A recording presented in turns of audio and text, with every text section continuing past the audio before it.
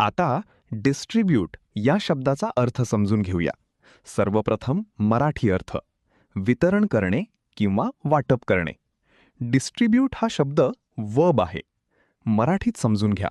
Distribute म्हणजे वस्तू, माहिती किंवा संसाधने वेगवेगळ्या लोकांमध्ये किंवा ठिकाणी वाटणे.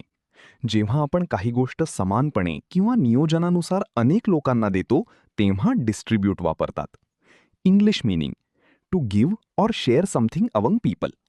आता सिनॉनिम्स पाहूया. डिलिव्हर, शेअर, ॲलोकेट हे शब्द वाटप करणे किंवा देणे दर्शवतात. आता अँटॉनिम्स पाहूया. कलेक्ट, गॅदर, विथहोल्ड हे शब्द गोळा करणे किंवा न देणे दर्शवतात.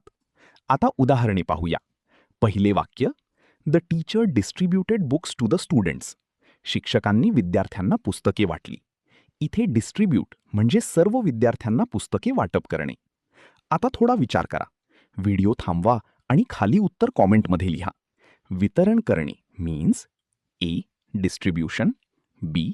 Distribute, C. Distributing, D. Distributed.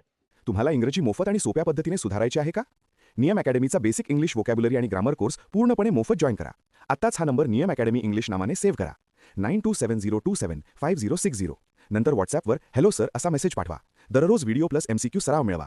Number save केल्यावरच link उघडतील.